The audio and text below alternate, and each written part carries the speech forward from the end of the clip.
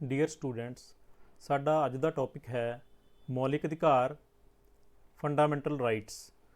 ਸੋ ਕਿਸੇ ਵੀ ਲੋਕਤੰਤਰੀ ਮੁਲਕ ਦੀ ਪਛਾਣ ਉਸ ਦੁਆਰਾ ਆਪਣੇ ਨਾਗਰਿਕਾਂ ਨੂੰ ਦਿੱਤੇ ਗਏ ਅਧਿਕਾਰਾਂ ਤੋਂ ਹੁੰਦੀ ਹੈ। ਜਿਹੜਾ ਮੁਲਕ ਜਿੰਨੇ ਜ਼ਿਆਦਾ ਅਧਿਕਾਰ ਆਪਣੇ ਨਾਗਰਿਕਾਂ ਨੂੰ ਦੇਵੇਗਾ ਉਹ ਮੁਲਕ ਓਨਾ ਹੀ ਜ਼ਿਆਦਾ ਲੋਕਤੰਤਰੀ ਮੰਨਿਆ ਜਾਂਦਾ ਆ। ਸੋ ਇਸੇ ਤਰੀਕੇ ਨਾਲ ਭਾਰਤ ਦੇ ਸੰਵਿਧਾਨ ਦੇ ਵਿੱਚ ਵੀ ਨਾਗਰਿਕਾਂ ਦੇ ਕੁਝ ਮੌਲਿਕ ਅਧਿਕਾਰਾਂ ਦੀ ਵਿਵਸਥਾ ਕੀਤੀ ਗਈ ਆ। ਸੋ ਆਓ ਉਹਨਾਂ ਬਾਰੇ ਗੱਲਬਾਤ ਕਰਦੇ ਹਾਂ। ਸੋ ਸਭ ਤੋਂ ਪਹਿਲਾਂ ਤਾਂ ਇਹ ਕੁਐਸਚਨ ਪੈਦਾ ਹੁੰਦਾ ਆ ਕਿ ਅਧਿਕਾਰਾਂ ਦੇ ਨਾਲ ਮੌਲਿਕ ਸ਼ਬਦ ਕਿਉਂ ਜੋੜਿਆ ਗਿਆ। ਅਸੀਂ ਇਕੱਲੇ ਅਧਿਕਾਰ ਵਰਡ ਵੀ ਯੂਜ਼ ਕਰ ਸਕਦੇ ਸੀ। ਸਾਡੇ ਸੰਵਿਧਾਨ ਨਿਰਮਾਤਾ ਜਿਹੜੇ ਨੇ ਉਹਨਾਂ ਨੇ ਅਧਿਕਾਰਾਂ ਦੇ ਨਾਲ ਮੌਲਿਕ ਸ਼ਬਦ ਕਿਉਂ ਜੋੜਿਆ। ਸੋ ਉਹਦੇ ਪਿੱਛੇ 3 ਰੀਜ਼ਨਸ ਨੇ। ਪਹਿਲਾ ਰੀਜ਼ਨ ਇਹ ਹੈ ਕਿ ਇਹ ਅਧਿਕਾਰ ਜਿਹੜੇ ਸਾਡੇ ਸੰਵਿਧਾਨ ਵਿੱਚ ਸ਼ਾਮਲ ਕੀਤੇ ਗਏ ਆ, ਇਹ ਨਾਗਰਿਕਾਂ ਦੇ ਆਲ-ਰਾਊਂਡ ਡਿਵੈਲਪਮੈਂਟ ਵਾਸਤੇ ਸਰਬਪੱਖੀ ਵਿਕਾਸ ਲਈ ਜ਼ਰੂਰੀ ਹੈ। ਜੇਕਰ ਇਹ ਅਧਿਕਾਰ ਅਸੀਂ ਨਾਗਰਿਕਾਂ ਨੂੰ ਨਹੀਂ ਦਿੰਦੇ ਤਾਂ ਉਹਦੇ ਨਾਲ ਉਹਨਾਂ ਦੀ ਸ਼ਖਸੀਅਤ ਦਾ ਵਿਕਾਸ ਸਰਬਪੱਖੀ ਵਿਕਾਸ ਨਹੀਂ ਹੋ ਸਕਦਾ।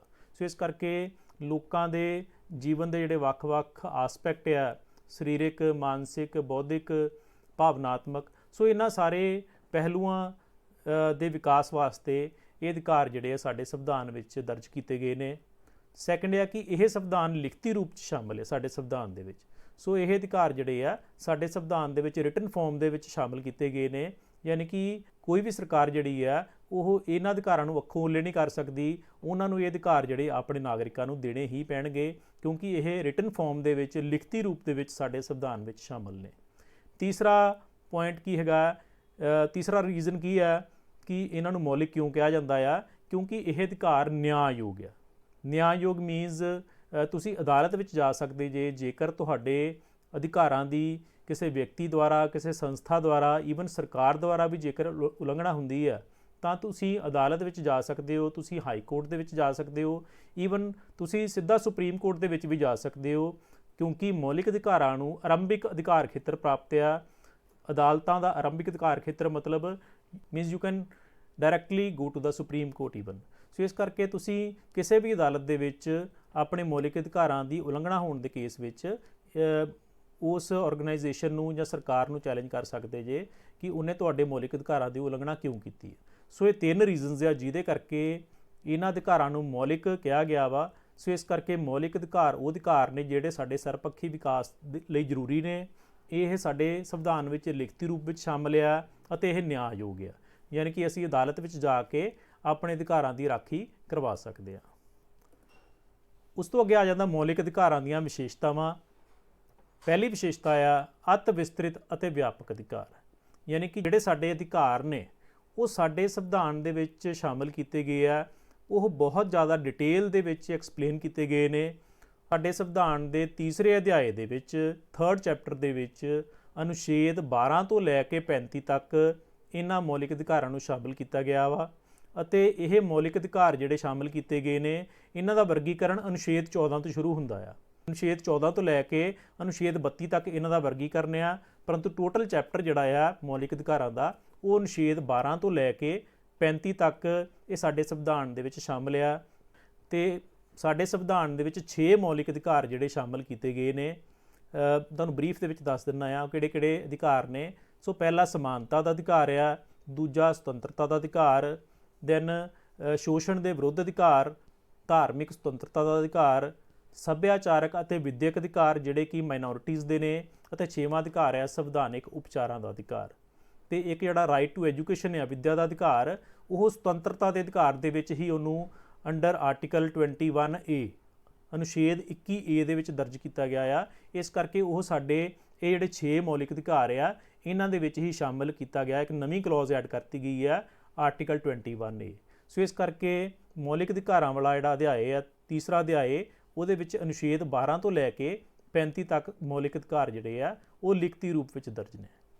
ਸੈਕਿੰਡ ਵਿਸ਼ੇਸ਼ਤਾ ਹੈਗੀ ਆ ਅਧਿਕਾਰ ਸਰਕਾਰ ਦੀ ਸ਼ਕਤੀ ਨੂੰ ਸੀਮਿਤ ਕਰਦੇ ਹਨ।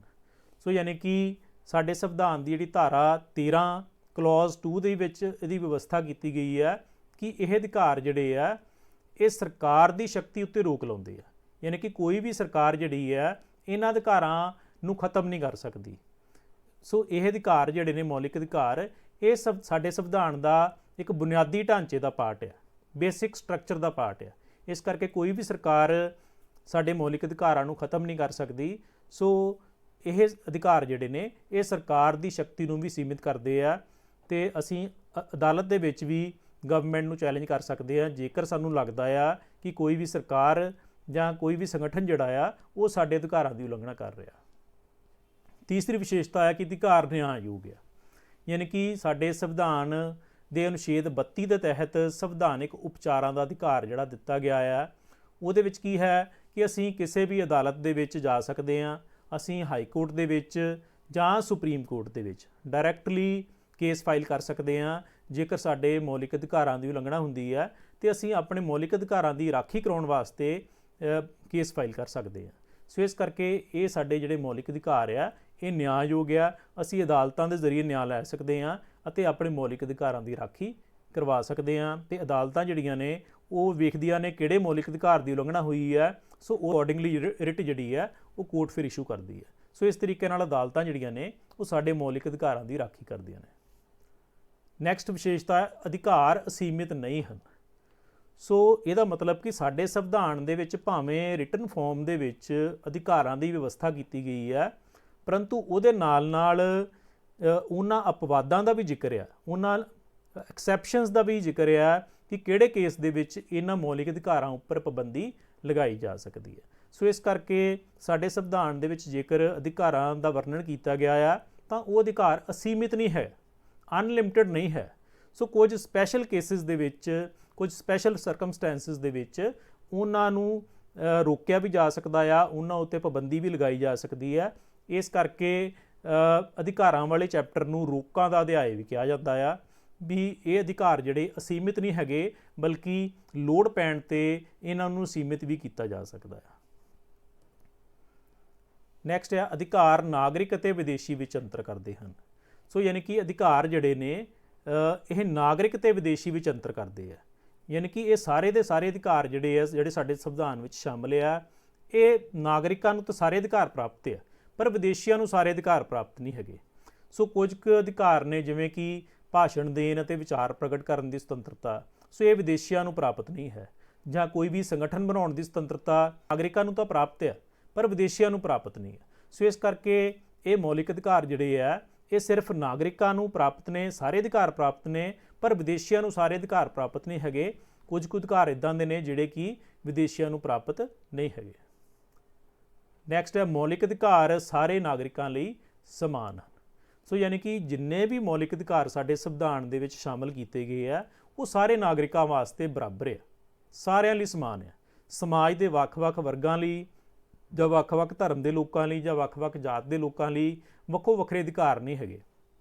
ਸੋ ਇਸ ਕਰਕੇ ਸਾਡਾ ਸੰਵਿਧਾਨ ਜਿਹੜਾ ਆ ਉਹ ਧਰਮ, ਜਾਤ, ਨਸਲ, ਰੰਗ ਆਦਿ ਦੇ ਆਧਾਰ 'ਤੇ ਕੋਈ ਵੀ ਵਿਤਕਰਾ ਨਹੀਂ ਕਰਦਾ। ਯਾਨੀ ਕਿ ਜਿੰਨੇ ਵੀ ਮੌਲਿਕ ਅਧਿਕਾਰ ਸਾਡੇ ਸੰਵਿਧਾਨ ਵਿੱਚ ਸ਼ਾਮਲ ਕੀਤੇ ਗਏ ਨੇ ਉਹ ਸਾਰੇ ਲੋਕਾਂ ਵਾਸਤੇ ਸਮਾਨ ਹੈ। ਯਾਨੀ ਕਿ ਹਰ ਵਰਗ ਦੇ ਲੋਕਾਂ ਲਈ, ਚਾਹੇ ਉਹ ਅਮੀਰ ਆ, ਚਾਹੇ ਗਰੀਬ ਆ, ਚਾਹੇ ਕਿਸੇ ਵੀ ਧਰਮ ਦਾ ਆ, ਚਾਹੇ ਕਿਸੇ ਵੀ ਜਾਤ ਦਾ ਆ, ਸੋ ਹਰ ਵਿਅਕਤੀ ਜਿਹੜਾ ਆ ਉਹਨਾਂ ਅਧਿਕਾਰਾਂ ਨੂੰ ਮਾਣਦਾ ਆ ਅਤੇ ਸਾਰੇ ਅਧਿਕਾਰ ਸਾਰੇ ਲੋਕਾਂ ਵਾਸਤੇ ਬਰਾਬਰ ਰੂਪ ਨਾਲ ਮਾਣ ਸਕਦੇ ਨੇ, ਬਰਾਬਰ ਰੂਪ ਨਾਲ ਸਾਰਿਆਂ ਨੂੰ ਦਿੱਤੇ ਗਏ ਨੇ। ਫਿਰ ਨੈਕਸਟ ਆ ਜਾਂਦਾ ਨਕਾਰਾਤਮਕ ਅਤੇ ਸਕਾਰਾਤਮਕ ਅਧਿਕਾਰਾਂ ਦਾ ਮਿਸ਼ਰਣ। ਸਾਡੇ ਸੰਵਿਧਾਨ ਦੇ ਵਿੱਚ ਜਿਹੜੇ ਅਧਿਕਾਰ ਸ਼ਾਮਲ ਕੀਤੇ ਗਏ ਆ ਉਹਨਾਂ ਵਿੱਚੋਂ ਕੁਝ ਅਧਿਕਾਰ ਇਹੋ ਜਿਹੇ ਨੇ ਜਿਨ੍ਹਾਂ ਨੂੰ ਅਸੀਂ ਸਕਾਰਾਤਮਕ ਕਹਿੰਦੇ ਹਾਂ ਅਤੇ ਕੁਝ ਅਧਿਕਾਰ ਜਿਹੜੇ ਨੇ ਉਹਨਾਂ ਨੂੰ ਅਸੀਂ ਨਕਾਰਾਤਮਕ ਕਹਿੰਦੇ ਹਾਂ।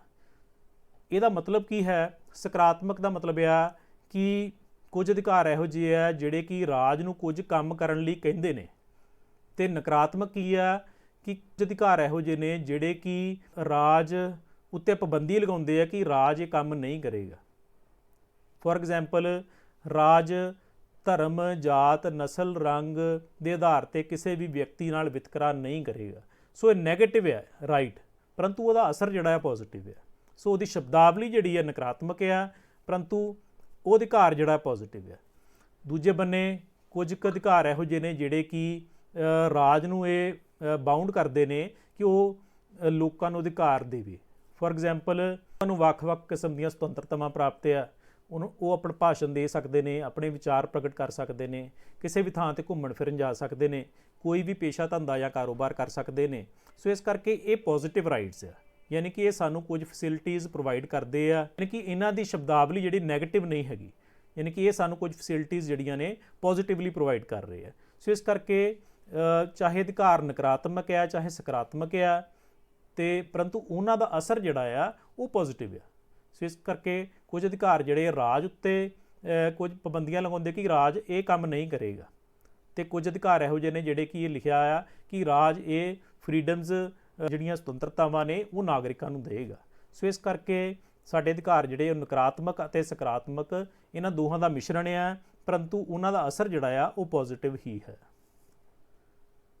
ਨੈਕਸਟ ਪੁਆਇੰਟ ਆ ਕੁਦਰਤੀ ਅਧਿਕਾਰਾਂ ਨੂੰ ਮਾਨਤਾ ਨਹੀਂ। ਸੋ ਯਾਨੀ ਕਿ ਸਾਡੇ ਸੰਵਿਧਾਨ ਦੇ ਵਿੱਚ ਜਿਹੜੇ ਮੌਲਿਕ ਅਧਿਕਾਰ ਸ਼ਾਮਿਲ ਕੀਤੇ ਗਏ ਨੇ, ਲੋਕਾਂ ਨੂੰ ਸਿਰਫ ਉਹੀ ਅਧਿਕਾਰ ਪ੍ਰਾਪਤ ਆ, ਇਸ ਤੋਂ ਬਾਹਰ ਲੋਕਾਂ ਨੂੰ ਕਿਸੇ ਵੀ ਕਿਸਮ ਦਾ ਕੋਈ ਅਧਿਕਾਰ ਪ੍ਰਾਪਤ ਨਹੀਂ ਹੈ। ਯਾਨੀ ਕਿ ਅਧਿਕਾਰ ਕੇਵਲ ਰਾਜ ਦੀ ਦੇਣ ਆ। ਜੋ ਅਧਿਕਾਰ ਰਾਜ ਸਾਨੂੰ ਦੇ ਰਿਹਾ ਆ, ਜੋ ਸਾਡਾ ਸੰਵਿਧਾਨ ਦੇ ਰਿਹਾ ਆ, ਅਸੀਂ ਸਿਰਫ ਉਹੀ ਅਧਿਕਾਰ ਮਾਣ ਸਕਦੇ ਹਾਂ। ਸੋ ਇਸ ਕਰਕੇ ਅਧਿਕਾਰ ਜਿਹੜੇ ਆ ਉਹ ਰਾਜ ਦੁਆਰਾ ਦਿੱਤੇ ਗਏ ਨੇ, ਸਾਡੇ ਕਾਨੂੰਨ ਦੁਆਰਾ ਦਿੱਤੇ ਗਏ ਆ, ਤੇ ਇਸ ਕਰਕੇ ਲੋਕਾਂ ਨੂੰ ਕਿਸੇ ਕਿਸਮ ਦੇ ਕੁਦਰਤੀ ਅਧਿਕਾਰ ਪ੍ਰਾਪਤ ਨਹੀਂ ਹੈ।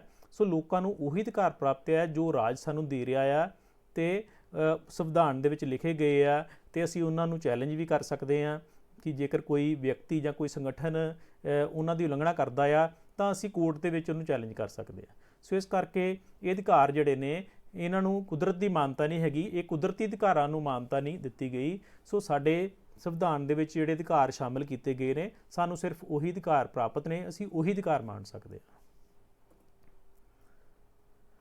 ਨੈਕਸਟ ਆ ਜਾਂਦਾ ਅਧਿਕਾਰ ਸੰਕਟ ਕਾਲ ਵਿੱਚ ਮੁਅੱਤਲ ਕੀਤੇ ਜਾ ਸਕਦੇ ਹਨ।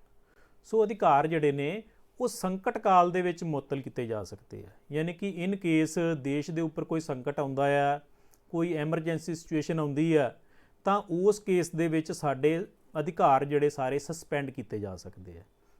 ਸੋ ਅਜਿਹਾ ਹੋਇਆ ਵੀ ਜਿੱਦਾਂ 1975 ਦੇ ਵਿੱਚ ਐਮਰਜੈਂਸੀ ਲਗਾਈ ਗਈ ਸੀ ਤੇ ਸਾਡੇ ਸਾਰੇ ਅਧਿਕਾਰ ਮੁਅੱਤਲ ਕਰਤੇ ਗਏ ਸੀ, ਪਰੰਤੂ ਇੱਕ ਅਧਿਕਾਰ ਇਹੋ ਜਿਹਾ ਆ ਜਿਹਨੂੰ ਕਿ ਸੰਕਟ ਕਾਲ ਦੇ ਵਿੱਚ ਵੀ ਮੁਅੱਤਲ ਨਹੀਂ ਕੀਤਾ ਜਾ ਸਕਦਾ। ਉਹ ਕਿਹੜਾ ਅਧਿਕਾਰ ਹੈ? Right to life under article 21।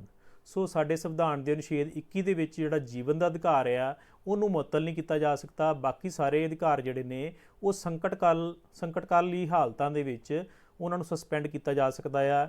ਸੋ ਇਸ ਕਰਕੇ ਅਧਿਕਾਰ ਜਿਹੜੇ ਨੇ ਉਹ ਸੰਕਟ ਕਾਲ ਵਿੱਚ ਮੁਅੱਤਲ ਕੀਤੇ ਜਾ ਸਕਦੇ ਆ, ਪਰੰਤੂ ਰਾਈਟ ਟੂ ਲਾਈਫ ਜਿਹੜਾ ਆ ਉਹਨੂੰ ਈਵਨ ਡਿਊਰਿੰਗ ਐਮਰਜੈਂਸੀ ਵੀ ਸਸਪੈਂਡ ਨਹੀਂ ਕੀਤਾ ਜਾ ਸਕਦਾ, ਕਿਉਂਕਿ ਹਰ ਇੱਕ ਵਿਅਕਤੀ ਨੂੰ ਜੀਣ ਦਾ ਹੱਕ ਆ, ਹਰ ਇੱਕ ਵਿਅਕਤੀ ਨੂੰ ਆਪਣੀ ਲਾਈਫ ਦੀ ਪ੍ਰੋਟੈਕਸ਼ਨ ਚਾਹੀਦੀ ਹੈ।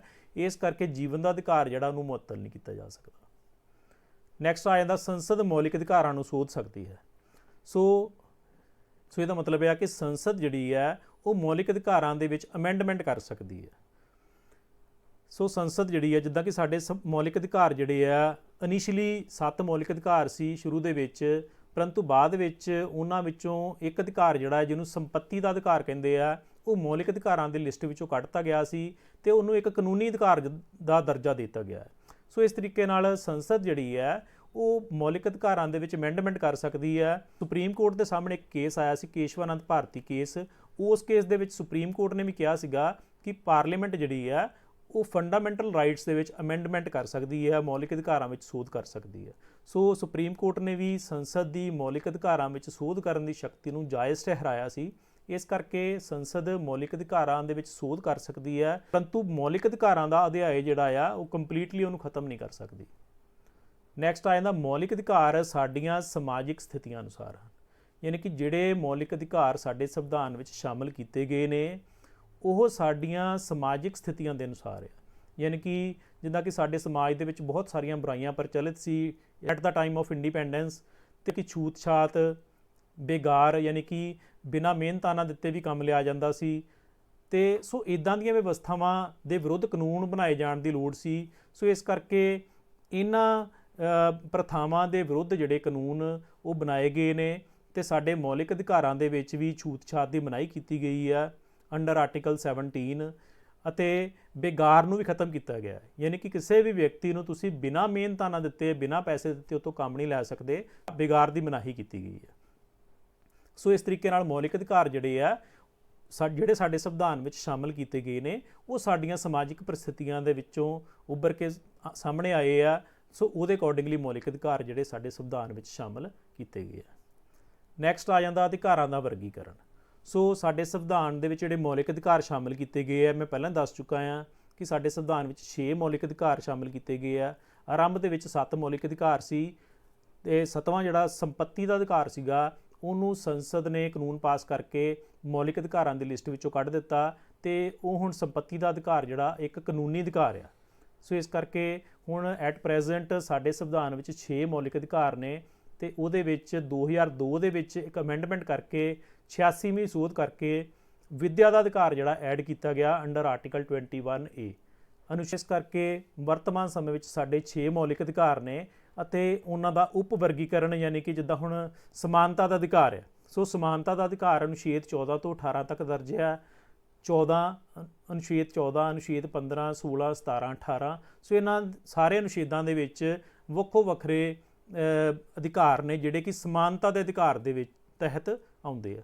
ਸੋ ਇਸ ਕਰਕੇ 6 ਮੌਲਿਕ ਅਧਿਕਾਰ ਆ ਤੇ ਅੱਗੋਂ ਉਹਨਾਂ ਨੂੰ ਉਪ ਵਰਗੀਕ੍ਰਿਤ ਜਿਹੜਾ ਕੀਤਾ ਗਿਆ। ਸੋ ਫਿਰ ਨੈਕਸਟ ਵਿਸ਼ੇਸ਼ਤਾ ਆ ਅਧਿਕਾਰਾਂ ਨਾਲ ਕਰਤਵਾਂ ਦਾ ਵਰਣਨ।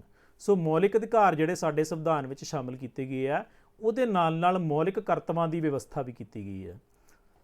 ਤੇ ਇੱਥੇ ਇਹ ਗੱਲ ਧਿਆਨ ਦੇਣ ਵਾਲੀ ਹੈ ਕਿ ਜਦੋਂ ਸਾਡਾ ਸੰਵਿਧਾਨ ਬਣਿਆ ਸੀ ਉਦੋਂ ਸਾਡੇ ਸੰਵਿਧਾਨ ਵਿੱਚ ਮੌਲਿਕ ਕਰਤਵਾਂ ਦੀ ਵਿਵਸਥਾ ਨਹੀਂ ਸੀ ਕੀਤੀ ਗਈ।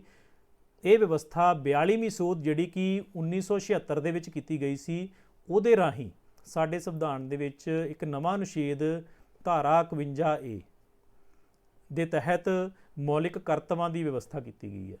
ਸੋ 42ਵੀਂ ਸੋਧ 1976 ਦੇ ਵਿੱਚ ਕੀਤੀ ਗਈ ਸੀ ਅੰਡਰ ਆਰਟੀਕਲ 51A 10 ਮੌਲਿਕ ਕਰਤਵ ਸ਼ਾਮਿਲ ਕੀਤੇ ਗਏ ਸੀ ਤੇ ਇੱਕ ਹੋਰ ਮੌਲਿਕ ਕਰਤਵ ਜਿਹੜਾ ਬਾਅਦ ਵਿੱਚ ਐਡ ਕੀਤਾ ਗਿਆ ਜਦੋਂ ਵਿੱਦਿਆ ਦਾ ਅਧਿਕਾਰ ਦਰਜ ਕੀਤਾ ਗਿਆ ਤੇ ਨਾਲ ਇਹ ਕਰਤਵ ਬਣਾ ਦਿੱਤਾ ਗਿਆ ਪੇਰੈਂਟਸ ਦਾ ਕਿ ਉਹ ਆਪਣੇ ਬੱਚੇ ਨੂੰ ਪ੍ਰਾਇਮਰੀ ਐਜੂਕੇਸ਼ਨ ਜਿਹੜੀ ਕਿ ਫ੍ਰੀ ਤੇ ਕੰਪਲਸਰੀ ਆ ਤੇ ਸਟੇਟ ਵੱਲੋਂ ਦਿੱਤੀ ਜਾਂਦੀ ਆ ਉਹ ਫ੍ਰੀ ਤੇ ਕੰਪਲਸਰੀ ਪ੍ਰਾਇਮਰੀ ਐਜੂਕੇਸ਼ਨ ਲੈਣ ਲਈ ਆਪਣੇ ਬੱਚਿਆਂ ਨੂੰ ਸਕੂਲ ਭੇਜਣਗੇ। ਇਹ ਮਾਂ ਪਿਓ ਦਾ ਕਰਤਵ ਹੈ। ਸੋ ਇਸ ਕਰਕੇ ਵਰਤਮਾਨ ਸਮੇਂ 'ਚ 11 ਮੌਲਿਕ ਕਰਤਵ ਜਿਹੜੇ ਨੇ ਉਹ ਸਾਡੇ ਸੰਵਿਧਾਨ ਵਿੱਚ ਸ਼ਾਮਲ ਆ।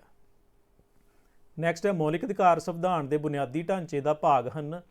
ਸੋ ਇਹ ਵੀ ਮੈਂ ਗੱਲ ਪਹਿਲਾਂ ਆਲਰੇਡੀ ਡਿਸਕਸ ਕਰ ਚੁੱਕਾ ਹਾਂ ਕਿ ਮੌਲਿਕ ਅਧਿਕਾਰ ਜਿਹੜੇ ਨੇ ਉਹ ਸਾਡੇ ਬੇਸਿਕ ਸਟਰਕਚਰ ਦਾ ਪਾਰਟ ਆ, ਬੁਨਿਆਦੀ ਢਾਂਚੇ ਦਾ ਪਾਰਟ ਆ। ਸਾਡੇ ਸੰਵਿਧਾਨ ਦਾ ਇੱਕ ਬੁਨਿਆਦੀ ਢਾਂਚਾ ਆ ਜਾ ਸਕਦਾ ਤੇ ਮੌਲਿਕ ਅਧਿਕਾਰ ਵੀ ਸਾਡੇ ਸੰਵਿਧਾਨ ਦੇ ਬੁਨਿਆਦੀ ਢਾਂਚੇ ਦਾ ਪਾਰਟ ਆ। 1973 ਦੇ ਵਿੱਚ ਸੁਪਰੀਮ ਕੋਰਟ ਨੇ ਕੇਸ਼ਵਾਨੰਦ ਕੇਸ ਦੇ ਵਿੱਚ ਮੌਲਿਕ ਅਧਿਕਾਰਾਂ ਨੂੰ ਸੰਵਿਧਾਨ ਦੇ ਬੁਨਿਆਦੀ ਢਾਂਚੇ ਦਾ ਭਾਗ ਐਲਾਨਿਆ ਸੀ। ਯਾਨੀ ਕਿ ਉਹਨਾਂ ਨੇ ਕਿਹਾ ਸੀਗਾ ਕਿ ਮੌਲਿਕ ਅਧਿਕਾਰ ਜਿਹੜੇ ਆ ਉਹ ਸਾਡੇ ਸੰਵਿਧਾਨ ਦਾ ਬੁਨਿਆਦੀ ਢਾਂਚੇ ਦਾ ਪਾਰਟ ਆ, ਇਹਨੂੰ ਖਤਮ ਨਹੀਂ ਕੀਤਾ ਜਾ ਸਕਦਾ ਪਰੰਤੂ ਪਾਰਲੀਮੈਂਟ ਇਹਨਾਂ ਵਿੱਚ ਅਮੈਂਡਮੈਂਟ ਕਰ ਸਕਦੀ ਹੈ, ਨੈਸੈਸਰੀ ਚੇਂਜਸ ਕਰ ਸਕਦੀ ਹੈ। ਸੋ ਇਸ ਕਰਕੇ ਦੀ ਸੋਧ ਕਰਨ ਦੀ ਸ਼ਕਤੀ ਜਿਹੜੀ ਹੈ ਮੌਲਿਕ ਅਧਿਕਾਰਾਂ ਦੇ ਵਿੱਚ ਸੋਧ ਕਰਨ ਦੀ ਸ਼ਕਤੀ ਨੂੰ ਜਾਇਜ਼ ਠਹਿਰਾਇਆ ਸੀ ਪਰੰਤੂ ਨਾਲ ਦੀ ਨਾਲ ਇਹ ਵੀ ਕਿਹਾ ਸੀ ਕਿ ਇਹ ਮੌਲਿਕ ਅਧਿਕਾਰ ਜਿਹੜੇ ਆ ਇਹ ਸੰਵਿਧਾਨ ਦੇ ਬੁਨਿਆਦੀ ਢਾਂਚੇ ਦਾ ਪਾਰਟ ਨੇ ਤੇ ਇਹਨੂੰ ਖਤਮ ਨਹੀਂ ਕੀਤਾ ਜਾ ਸਕਦਾ। ਸੋ ਇਹ ਸੀਗੀਆਂ ਮੌਲਿਕ ਅਧਿਕਾਰਾਂ ਦੀਆਂ ਵਿਸ਼ੇਸ਼ਤਾਵਾਂ। ਨੈਕਸਟ ਵੀਡੀਓ ਦੇ ਵਿੱਚ ਅਸੀਂ ਨਵੇਂ ਟੌਪਿਕ ਨਾਲ ਤੁਹਾਡੇ ਨਾਲ ਗੱਲਬਾਤ ਕਰਾਂਗੇ। Thank you so much.